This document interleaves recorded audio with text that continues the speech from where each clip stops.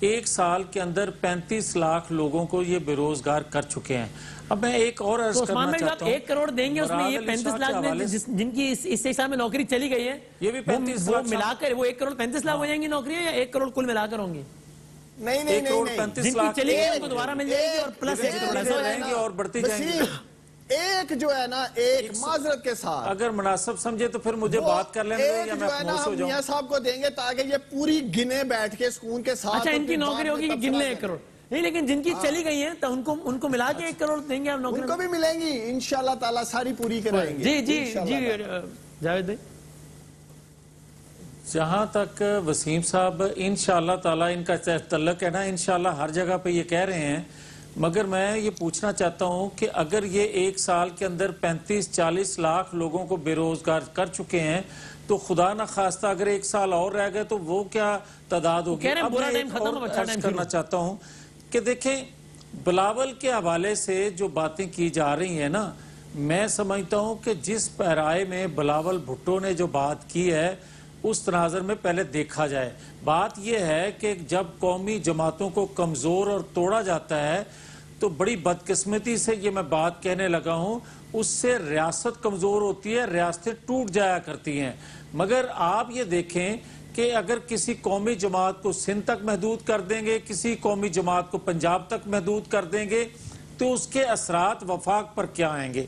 دوسرا میں یہ عرض کرنا چاہتا ہوں کہ جہاں تک گورننس کا تعلق ہے, آپ نے ایک سوال کیا تھا سندھ کے حوالے سے, تو میں یہ عرض کروں گا کہ پنجاب میں باقی صوبوں کی نسبت جب ہماری حکومت تھی تو اس کی گورننس کا موازنہ باقی 3 صوبوں سے کیا جائے, اور جب ہمیں لوگوں نے مینڈیٹ دیا, اکثریت دی, تو ہمیں حکومت بنانے کیوں نہ دی گئی. پھر سوال اٹھیں گے نا کہ پنجاب کے ساتھ یہ سلوک ہے اور باقی صوبوں کے ساتھ یہ سلوک کیوں, اور پھر اس کو اور تناظر میں لیا جائے گا. تو میں یہ کہنا چاہتا ہوں کہ خدا کے لیے جب آپ سلیکٹڈ احتساب کریں گے, آپ سلیکٹڈ انتقام لیں گے, تو اس سے آوازیں مختلف قسم کی صوبوں سے جہاں ناانصافی ہوگی وہاں سے نکلیں گی.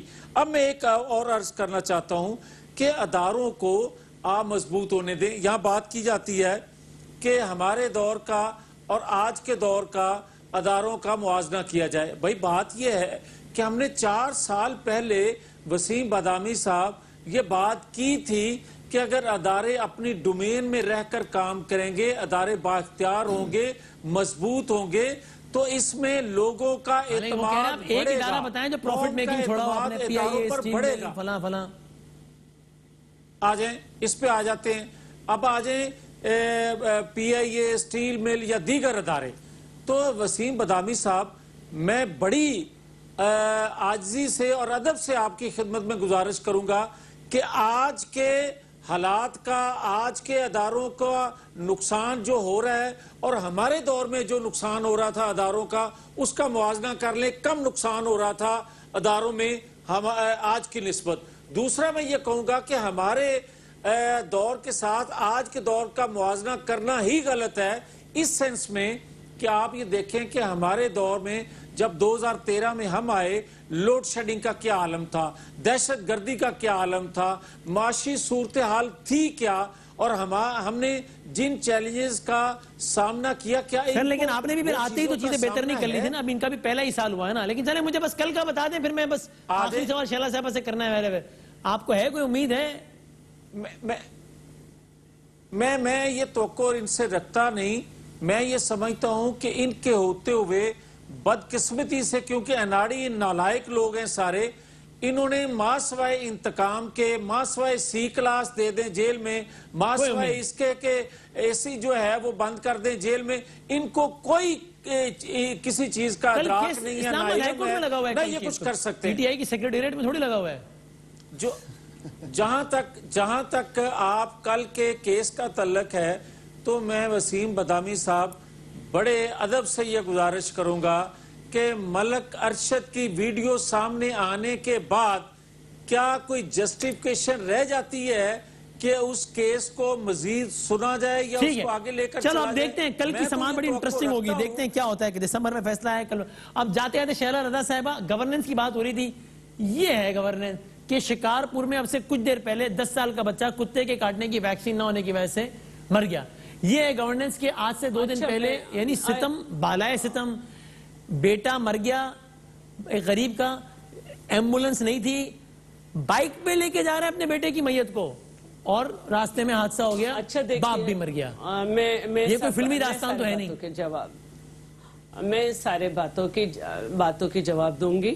آج جو ہے گورنمنٹ پالیسی بتائی گئی تھی جس میں یہ بتایا گیا تھا کہ گورنمنٹ ہاسپٹل کی جو ایمبولنسز ہوتی ہیں وہ ڈیڈ باڈی کے لیے نہیں دی جاتی بلکہ ان کو ایمرجنسی کے لیے رکھا جاتا ہے.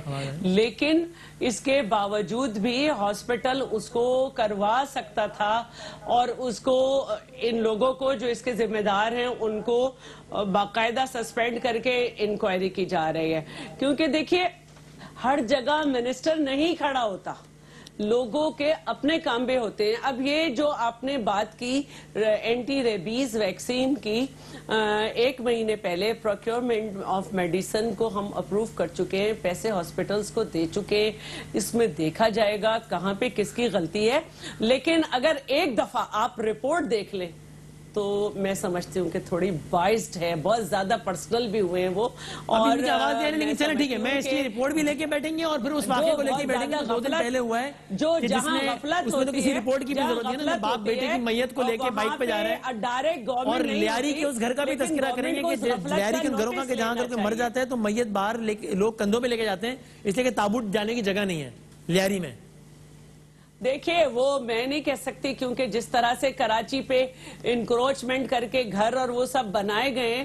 میں تو آپ کے ٹاپک پہ آ جاتی ہوں اور میں صرف اتنا کہنا چاہتی ہوں کہ عالمی ریٹنگ ایجنسی نے یہ کہا ہے، لائٹ کیونکہ میرے پاس نہیں ہے، کہ پاکستان کی معیشت کی ریٹنگ -B قرار ہے. غیر ملکی ادائیگیاں معیشت کے لیے پریشان.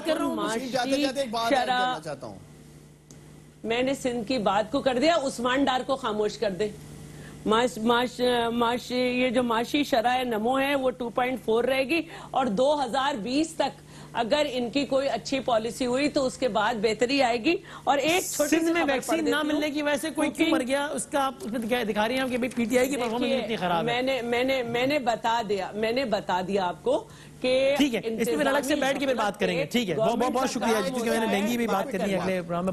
بہت شکریہ تینوں مہمانوں کا. ایک بریک لیتے ہیں اور اس کے بعد ذرا ڈینگی کے حوالے سے بات کرتے ہیں. خوش آمدید. اقوام متحدہ کا جو ادارہ ہے برائے صحت یعنی کہ ورلڈ ہیلتھ آرگنائزیشن WHO نے متنبع کیا ہے کہ اگر حکومتوں نے ضروری اقدامات نہیں کیے تو ڈینگی سے دنیا کی 2.5 ارب آبادی کو خطرہ لاحق ہے. اور وارننگ کا یہ لیول بتاتا ہے کہ یہ دنیا کے لیے کتنا بڑا خطرہ ہے اور اس کی جو کیا وجوہات ہیں، کیا مسائل، اس پر ہم بات کریں گے ریلیونٹ ڈاکٹر سے.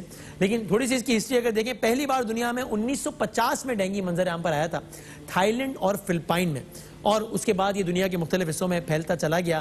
ورلڈ ہیلتھ آرگنائزیشن کے مطابق دنیا بھر میں تقریباً ہر سال 5 کروڑ افراد ڈینگی بخار کا شکار ہوتے ہیں اور سالانہ تقریباً 20,000 افراد اس کی وجہ سے اپنی جان سے ہاتھ دھو بیٹھتے ہیں. WHO کے مطابق دنیا کے تقریباً 100 ممالک ہیں جن میں ڈینگی کا وائرس ہے اور یہ 38 اقسام کے مچھروں کی وجہ سے پایا جاتا ہے، جن میں سے پاکستان میں صرف ایک قسم کا مچھر پایا جاتا ہے. صرف ایک قسم کا مچھر پایا جاتا ہے جس کی وجہ سے ابھی یہ معاملہ ہے. حالانکہ دنیا میں 38 قسم کے مچھر ہیں جن کی وجہ سے یہ سارا معاملہ ہوتا ہے. اگر ہم گزشتہ 4 برس کی بات کریں تو پاکستان میں ڈینگی سے تقریباً پچھلے 4 سالوں میں 50,000 افراد متاثر ہوئے ہیں اور ان میں سے 107 افراد اس کی وجہ سے موت کے منہ میں چلے گئے ہیں. اور اگر ہم بالکل لیٹسٹ فگرز کی بات کریں تو بھی وہ کچھ زیادہ حوصلہ افزا نہیں ہے اور دنیا کے مختلف ممالک کی طرح رواں ماہ ڈینگی مریض کی تعداد پاکستان میں 3,000 سے زیادہ تجاوز کر گئی ہے. ان میں سے تقریباً 1700 پنجاب میں ہیں، 800 سندھ میں اور پنجاب میں اس کی وجہ سے تقریباً 23 ہلاکتیں جبکہ سندھ میں اب تک 8 ہلاکتیں اس کی وجہ سے ہوئی ہیں ڈینگی کی وجہ سے. ہمارے نمائندے حسن حفیظ ہمارے ساتھ ہیں اور ہمارے ساتھ ریلیونٹ ڈاکٹر فلک صاحبہ. ذرا ہم ان سے دونوں سے بات کرتے ہیں. ڈاکٹر صاحبہ ذرا پلیز ہمارے ویورز کے لیے بہت آسان الفاظ میں اگر بتا دیں کہ یہ کس طرح ہو جاتا ہے، یہ مرض کیا ہوتا ہے، کیسے ہو جاتا ہے اور اس سے بچا کیسے جا سکتا ہے؟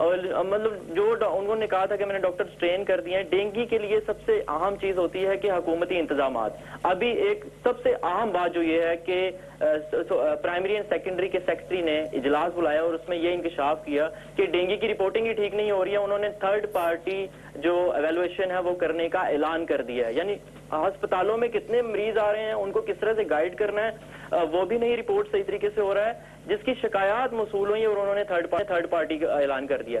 ابھی نا وسیم جو الزامات کی بچھاڑ چل رہی ہے, ضلع انتظامیہ جو ہے وہ کہتی ہیں کہ جیسے یاسمین راشد صاحبہ نے آج فرمایا کہ ضلع انتظامیہ کی طرف سے اگر سرویلنس کی جاتی ہے اچھی طریقے سے تو ہم یہ ڈینگی کو کنٹرول کر پاتے, اور ضلع انتظامیہ کی طرف سے یہ کہنا ہے کہ محکمہ صحت کے طرف سے جو ہے وہ اچھے طریقے سے کوآپریٹ ہوتا تو ڈینگی کے اتنے زیادہ کیسز نہ آتے.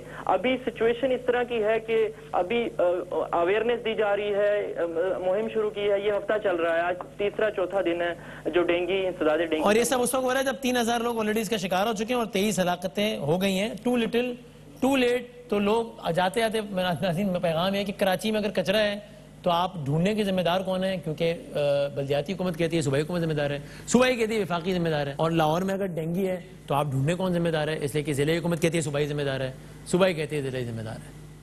اللہ حافظ ناصر.